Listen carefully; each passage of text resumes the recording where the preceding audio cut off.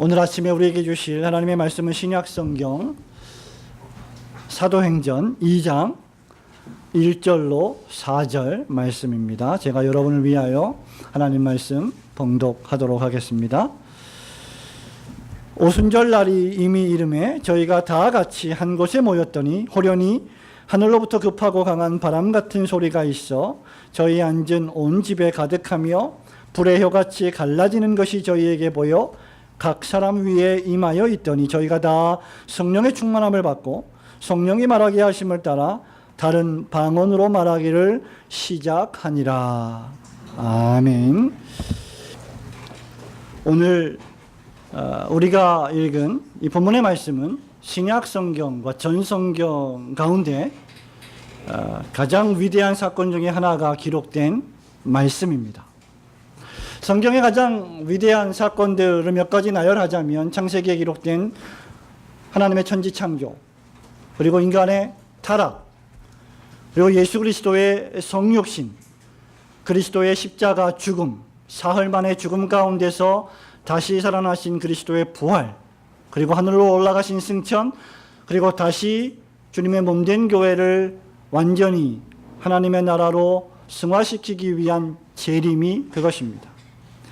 그리고 그 한가운데에 있는 사건 가운데 하나가 바로 오순절 성령 강림 사건입니다.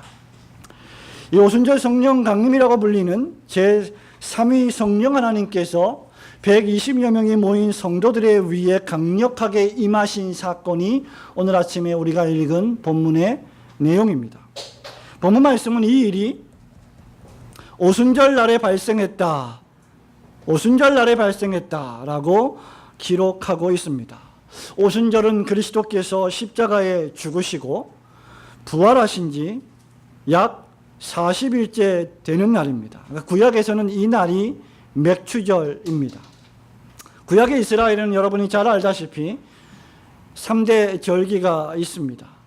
유월절, 그리고 오늘 우리가 살펴볼 오순절이라고도 불리는 맥추절, 그리고 장막절, 초막절이 그것입니다. 유월절은 여러분 잘 아시는 대로 이스라엘 백성을 출애굽시켜 구원하신 하나님의 엄청난 은혜를 기념하는 절기입니다. 77절, 오순절, 즉 말하자면 유월절 이후에 7째 주가 지난 50일째 되는 날이라고 해서 77절이라고도 불리고 오순절이라고도 불리는 맥추절은 유월절 이후에 50일째 되는 날, 이스라엘이 율법을 받고 가나안 땅에서 첫 번째 수확을, 추수를 기념하는 절기입니다. 출애굽기 34장 22절, 23장 16절에 보면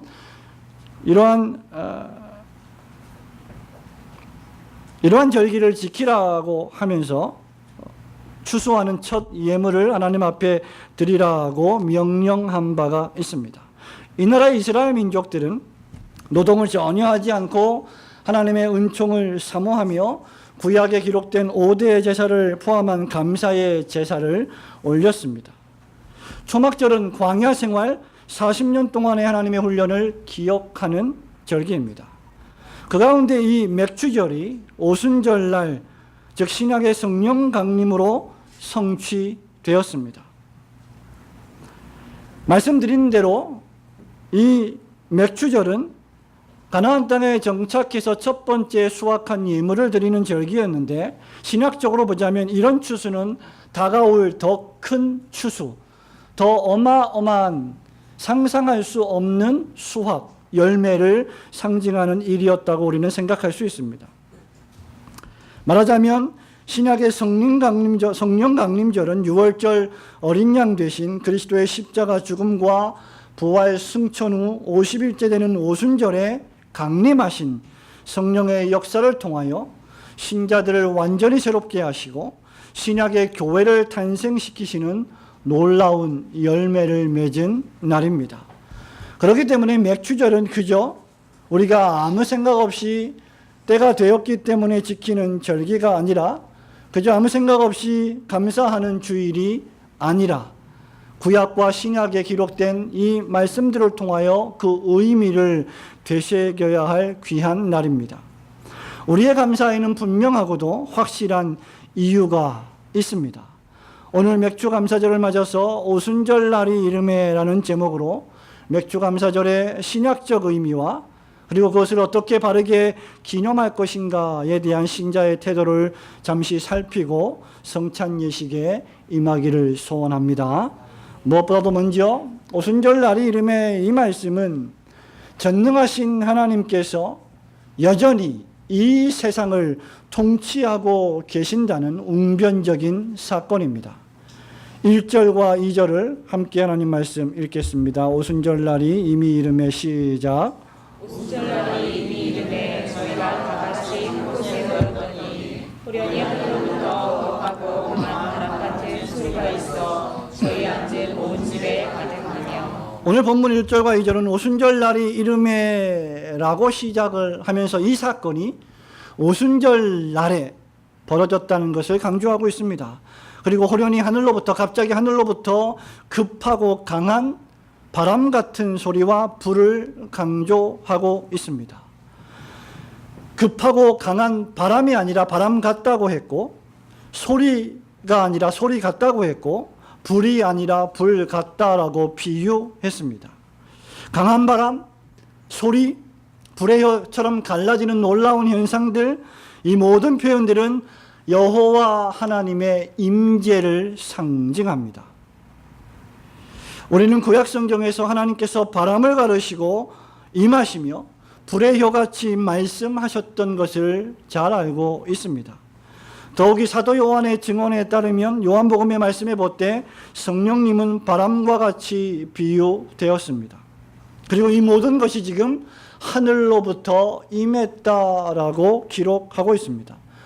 말하자면 지금 이 사건은 이미 오래전부터 예언하시고 선지자들을 통하여 말씀해 주셨던 하나님의 말씀의 성취이자 하나님이 친히 움직이시는 하나님의 행동이요 역사이라는 사실입니다. 오순절 성령 강림 사건은 그저 우연히 벌어진 사건이 아니라 자연현상도 아니라 하나님이 친히 당신의 주권적인 손과 팔로 행하신 놀라운 역사라는 사실입니다. 하나님은 태초에 천지를 창조하신 분이십니다. 인간이 타락하자 선지자를 통하여 메시아를 보내시겠다고 말씀하신 분이십니다. 때가 참에 그 아들을 여자에게서 나게 하신 분이십니다. 세상에 보내신 분이십니다. 또한 하나님은 선지자 요엘에게 약속하신 대로 성령을 보내시는 분이십니다. 과거 이스라엘 백성들에게 십계명의 두 돌판을 기록하여 주셨다면 이제 오순절 날에 성도의 마음 속에, 성도의 영혼 속에 하나님의 계명의 말씀을 친히 담아 두신 것입니다. 이것은 이미 에스겔 선지자가 에스겔서 36장 26절 27절에서 예언한 바 있습니다. 내가 새 영을 너희 속에 두고 새 마음을 너희에게 주되 내 신을 너희 속에 두어 율례를 행하게 하겠다라고 예언했습니다. 그리고 오늘 하나님 앞에 예배를 드리는 여러분이 바로 성령님이 여러분 영혼 안에 내주하셔서 여러분으로 하여금 예배하러 발걸음을 옮기게 하신 이 자리에 앉아 계신 여러분들이 그 웅변적인 에스겔 선지자 예언의 증거들입니다. 성도 여러분, 이것이 바로 기독교의 메시지입니다.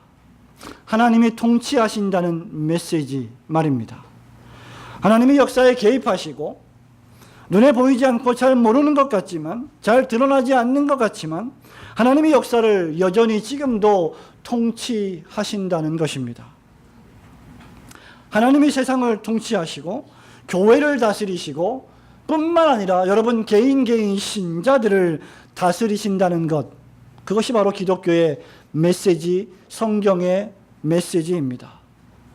그러므로 맥주절은 단순히 저와 여러분이 전반기에 감사해야 될 조건들을 찾아서 감사하며 헌금을 드리는 날만은 결코 아닙니다. 각자 헌금을 준비하고 자녀들에게 감사를 가르치고 헌금을 준비시키고 헌금해야 복을 받는다라고 말하는 주일이 아닙니다. 우리는 헌금을 하려면 왜 해야 하는지, 무슨 이유로 무슨 목적으로 해야 하는지 알고 해야 하는 것입니다.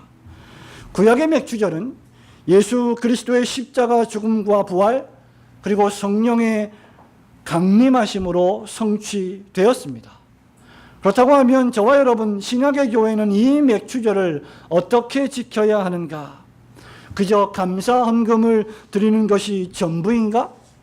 구약의 맥추절, 신약의 오순절 성령 강림은 우리가 이 땅에서 파종하여 심고 가꾸어서 열심히 일하여 땀을 흘려 일한 소득을 얻는 그런 종류의 수확을 거둘 수 있는 그런 절기가 아닌, 도무지 여러분과 저의 힘으로는 얻을 수 없고 성취할 수도 없는 영원한 생명을 그리스도 예수께서 주셨고, 성령님을 통하여 그 생명의 능력을 충만하게 경험하게 된 날입니다. 말하자면 영생을 경험하게 되었던 날이라는 사실입니다. 따라서 저와 여러분은 하나님께서 여전히 역사를 통치하시고 교회와 개인을 다스리시며 내게 영원한 생명의 능력을 경험하게 하신 것에 깊이 감사하는 날로 지켜야 할 것입니다. 그러므로 저와 여러분의 맥주절의 감사는 단순히 헌금을 드리는 것 이상으로 더 초월적인 의미를 지녀야 할 것입니다. 하나님께서 여전히 역사를 통치하시고 계심을 굳게 믿으시고 늘 감사하시는 성도들이 되시기를 주님의 이름으로 축원합니다.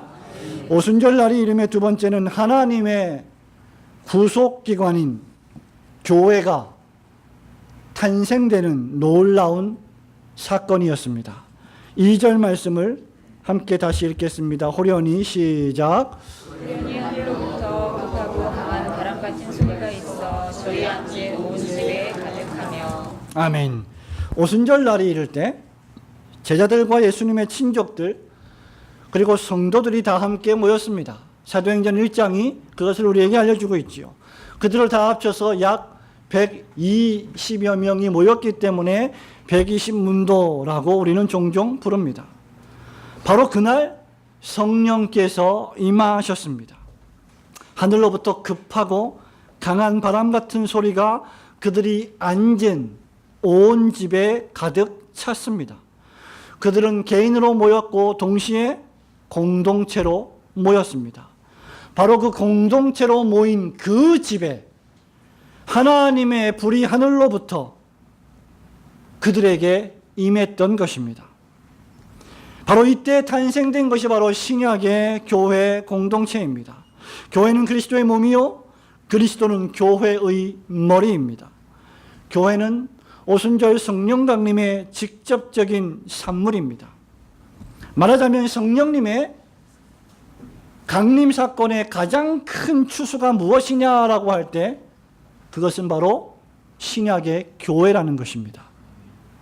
구약의 백성들이 애굽에서의 구원을 생각하며 가나안에서 열심히 밭을 갈고 땅을 갈아 엎어서 열매를 맺는 그 첫 수확과 추수를 감사한 마음으로 드린 것이 맥주 감사절이었습니다.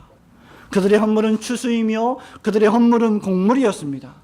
이제 신약의 백성들은 성령의 추수로서의 교회 자체, 성령이 내 안에 내주하셔서 내 자신이 하나님 앞에 온전히 드려지는 헌물 자체가 되어야 하는 것입니다.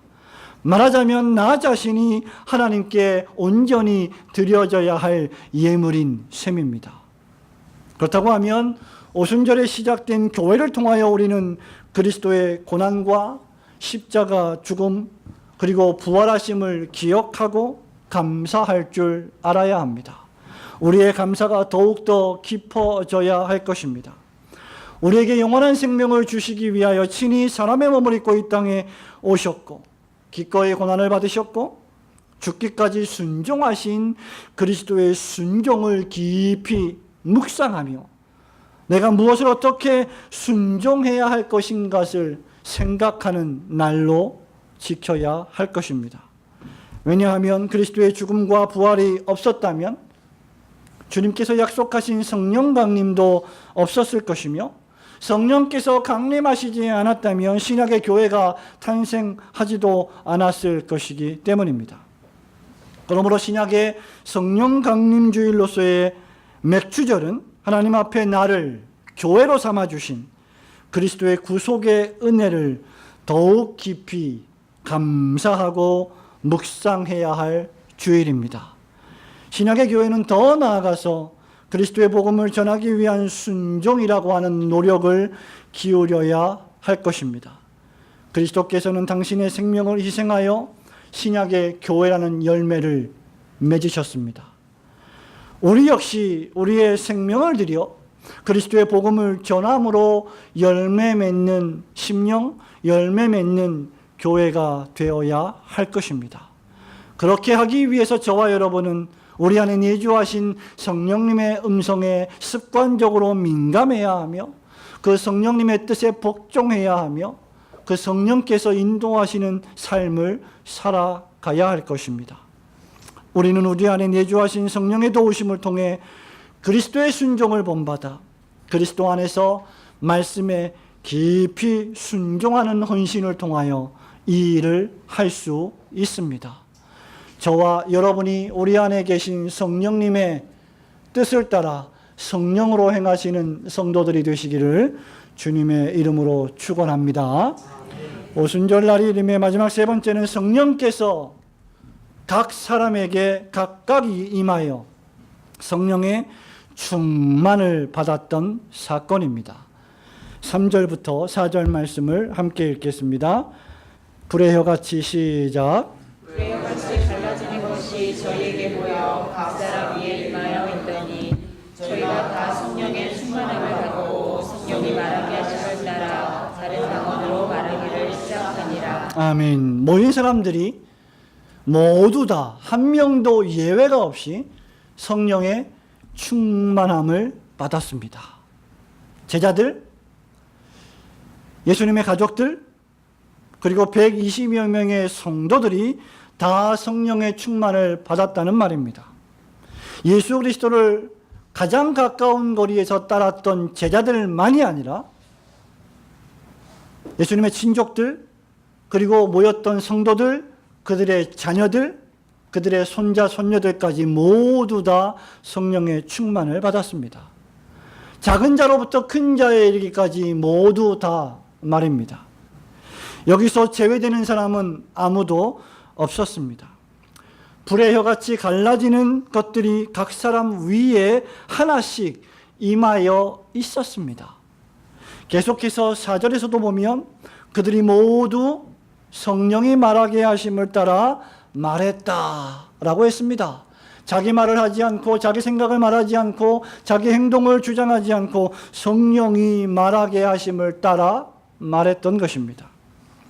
이 사건 이후에 어떤 일들이 벌어지고 있습니까? 저와 여러분이 사도행전을 아주 주의 깊게 읽는 독자라고 한다면 사도행전 이전과 이후에, 그리고 이 오순절 성령 강림 사건 이전과 이후에 이들의 삶이 혁명적으로 변화되어 가고 있음을 우리는 발견할 수 있습니다. 이 사건 이후에 제자들은 전례 없이 완전히 변했습니다. 무서움에 떨며 주님을 3번씩이나 부인했던 베드로는 14절부터 전례 없는 능력으로 성령 충만하여 복음을 설교하기 시작했습니다. 그렇게 설교한 결과가 무엇입니까? 41절에 보니 베드로의 능력이 임한 설교를 통하여 무려 3천여 명이나 세례를 받고 구원을 얻었습니다. 이어지는 사도행전 28장까지의 전체가 바로 이런 성령 충만의 놀라운 결과를 기록한 사건들입니다.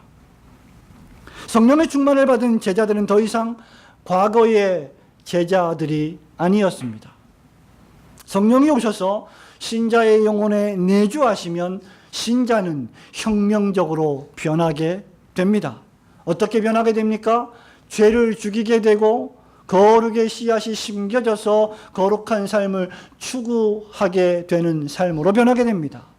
나 자신의 육체적인 쾌락과 만족을 위하여 내 중심의 세계관으로 살았던 삶의 세계관이 완전히 변하여 하나님의 나라와 주님의 몸된 교회와 그리스도를 위한 삶으로 변하게 됩니다. 나를 위하여 소비했던 소비적 문화가 하나님의 영광을 위하여 소비하는 문화로 바뀌게 됩니다.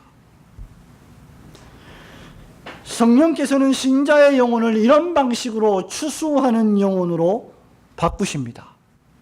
죄와 악에 빠져 살았고 무기력에 빠져서 살았던 과거의 삶을 청산하고 능력 있게 자신이 처한 위치에서 복음을 전하는 전도자의 삶을 살게 됩니다.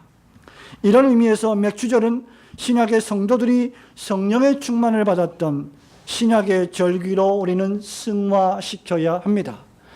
우리 안에 내주하신 성령께서 더욱 우리를 충만하게 하심으로 능력 있고 힘 있는 신자의 삶을 살아가는 날로 만들어야 합니다.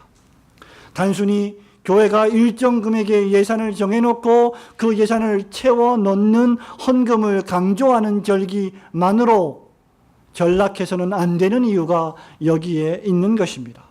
신자의 삶이란 그저 예수 믿고 가만히 앉아서 예수께서 다 해주셨으니 우리는 굿이나 보고 떡이나 먹는 그런 삶은 결코 아닙니다.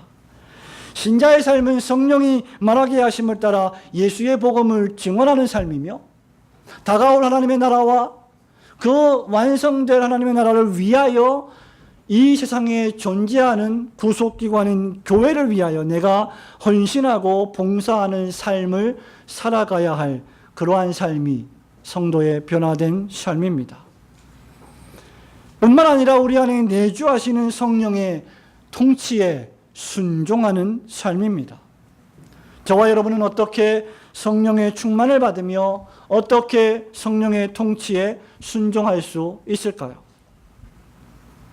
성령의 열매를 맺는 삶으로 그렇게 할 수 있습니다. 그리고 그렇게 해야 합니다.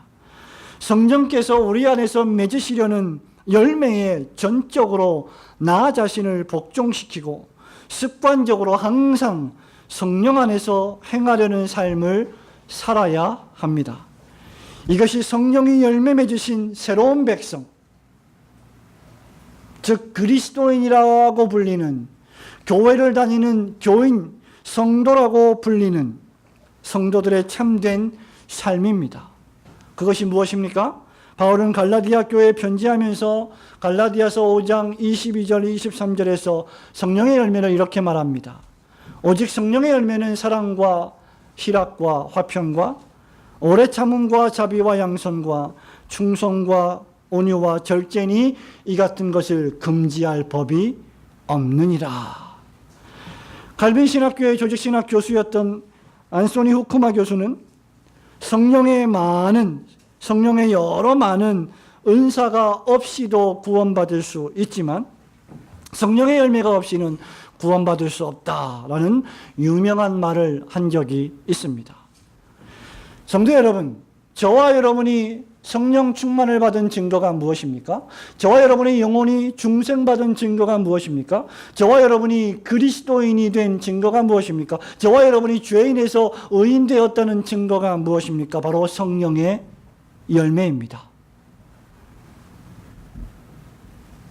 성령 충만은 중생받은 신자의 영속적인 특징입니다. 사도행전 전체로 볼 때 사도들과 제자들은 많은 핍박을 받았습니다. 어려움과 곤란을 겪었습니다. 사건, 사고를 당했습니다. 그러나 그러한 그들에게는 항상 부재하지 않았던, 항상 존재했던 무엇인가가 있었습니다. 그것이 바로 기쁨과 성령 충만이었습니다. 그들이 어려운 일을 겪었고 힘들고 고통스러운 일을 겪었지만 그럼에도 불구하고 그 상황 속에서 기쁨과 성령이 충만하여 하루하루를 살아갈 힘을 얻었던 것입니다. 바로 이것이 온갖 어려움 속에서도 죄와 타락이 관영한 타락한 사회 속에서도 저와 여러분이 복음을 전하고 신자답게 살아가며 그럼에도 불구하고 기쁨을 잃지 않았던 원동력이었습니다. 그리고 이 성령 충만은 바로 오순절 성령 강림이라고 하는 놀라운 역사적인 사건으로부터 시작되었습니다.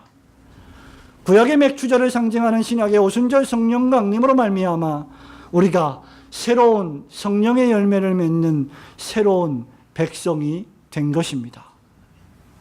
그렇다고 하면 저와 여러분은 어떻게 성령 충만을 받으며 능력 있는 삶을 살 수 있겠습니까? 데살로니가전서 5장 16절에서 바울은 우리에게 항상 기뻐하라, 쉬지 말고 기도하라, 범사에 감사하라 고 명령하면서 이것이 그리스도 예수 안에 있는 너희를 향하신 하나님의 뜻이다 라고 말씀했습니다. 도대체 저와 여러분이 어떻게 항상 기뻐할 수 있겠습니까? 저와 여러분이 어떻게 쉬지 않고 기도하며 모든 일에 감사로 충만할 수 있겠습니까? 우리는 아무런 노력을 기울이지 않아도 예수를 믿으면 자동적으로 그렇게 성령 충만해지는 것입니까? 그렇다고 하면 성경이 우리에게 성령 충만을 받으라고 끊임없이 현재 명령법으로 말하지 않았을 것입니다.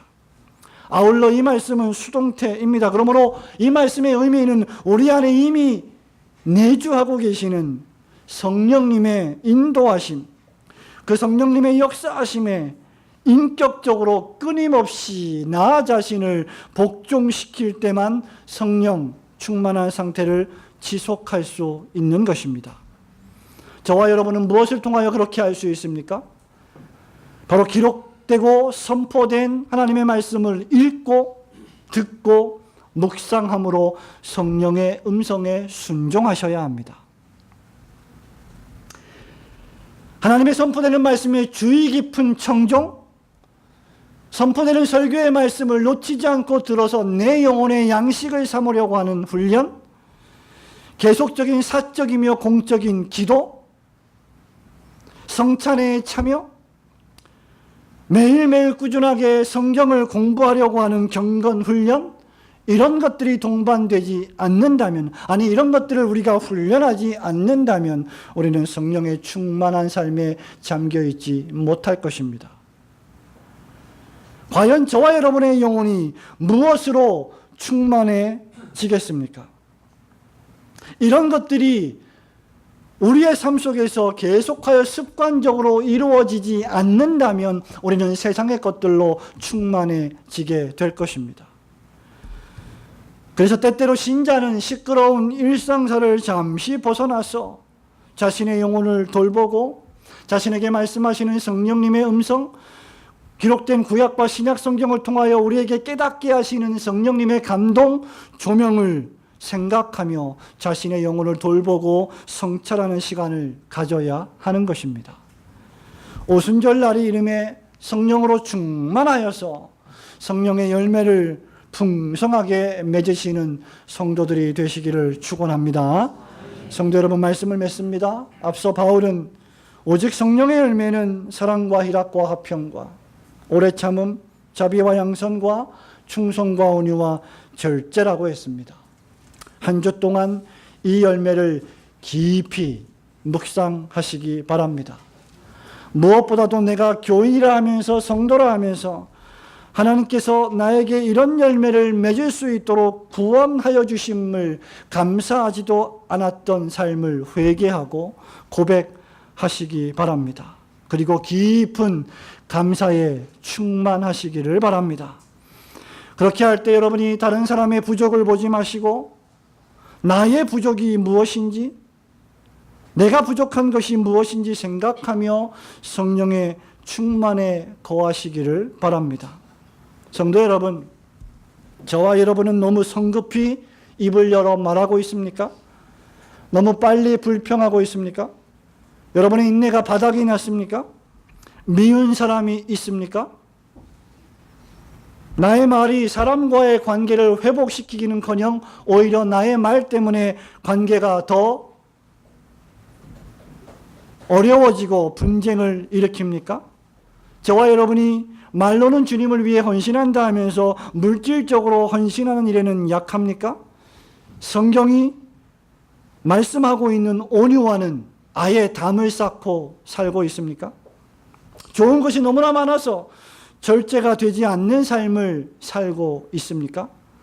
이런 것들을 생각하며 내 안에 오셔서 나를 점점 하나님의 백성답게 만들어 가시면서 영적인 추수를 해 가시는 성령을 위하여 열매 맺는 삶을 살도록 여러분 자신들을 훈련하시기를 주님의 이름으로 축원합니다. 우리는 하나님의 선한 일에 열심하는 친백성으로 부르심을 받았습니다. 주의 나라와 몸된 교회를 향한 여러분의 사랑과 헌신, 충성과 절제가 하나님 나라를 위하여 더욱 깊어지시기를 주님의 거룩하신 이름으로 축원합니다. 아멘.